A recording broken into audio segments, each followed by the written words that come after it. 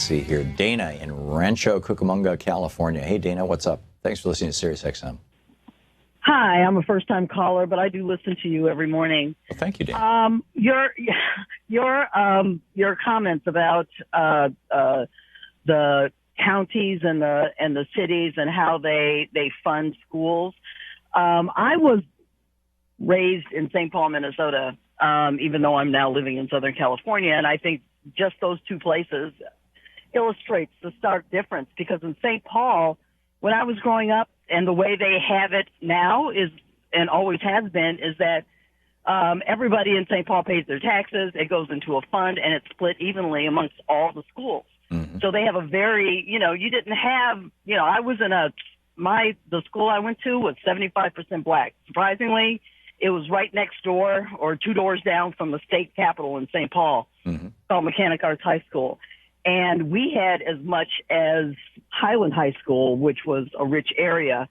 Right. And, also it funded, you didn't have to pay to go on field trips. You didn't have to pay for lunches. You didn't have, it was just. Right.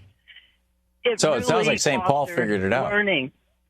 St. Paul figured it out very, very early. Surprisingly, when I was this was in 70, St. Paul even, they had a problem with teenage pregnancy. They put a birth control clinic and a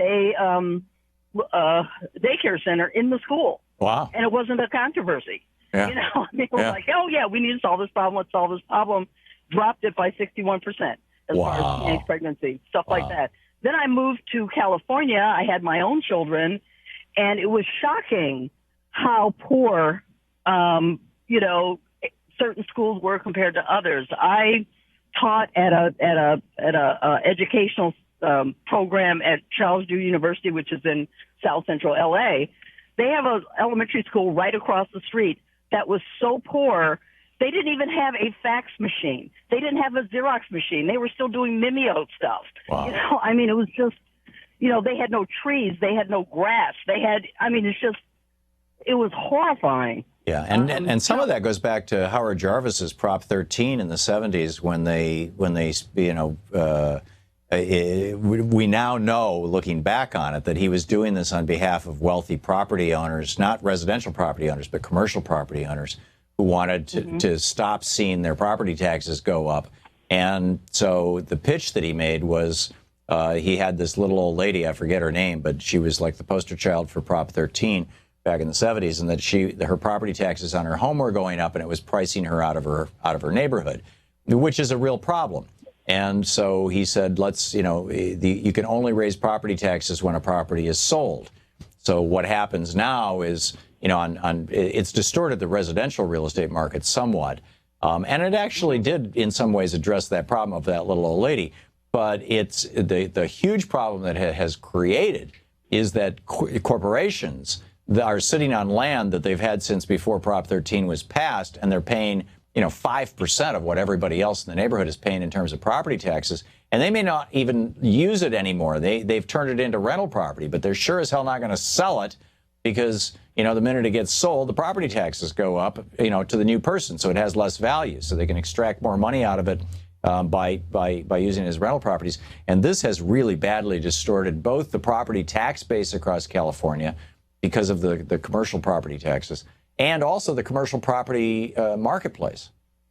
So, but just the differences between the two cities, including crime and everything else, and the policing and everything is all involved, and you can see a stark difference just by comparing those two cities. And I saw it firsthand, and it was, it still is shocking. Yeah, I got it. As far as I'm concerned. Dana, thank you for sharing that story with us. I appreciate it. It's a good one. Christine in Glenside, Pennsylvania. Christine, what's up? Well, recently I became aware that there's a movement in Pennsylvania to try to get property taxes abolished and pay for the schools through the state, through income tax, raising the income tax and sales tax. Mm-hmm. But this seems bad because then the businesses, they don't have to pay the property taxes towards the schools.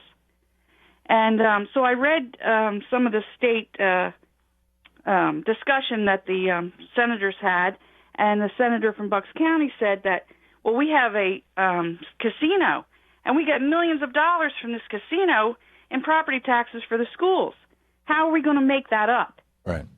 And since the people who have less money pay more in sales tax. Yeah, I don't think sales taxes are regressive taxes. I don't think sales taxes are good ways to fund schools at all.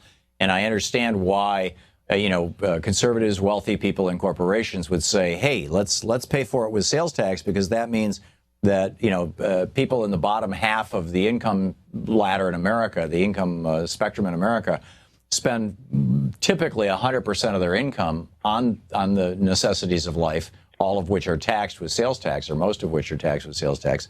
And so they end up funding the schools, whereas the millionaire, the multimillionaire, the billionaire, they're buying the same number of pairs of jeans as the working person, so they're paying the same sales tax, but their income tax would have been much, much higher. I personally think income taxes and corporate income tax, but I think it needs to be statewide equalized. I'd love to see it federally equalized, but I think we're going to encounter 10th Amendment problems there. It just concerned me because I think that's what their motive is just to get the wealthy and the corporations to not have to pay towards our schools. Yeah. It sounds like all the schools downgrade. Yeah, exactly. I think a lot of the problems, like Philadelphia or big cities like that, where they don't have a lot of income, is because they've lowered the income tax on these big corporations that are down there. Right.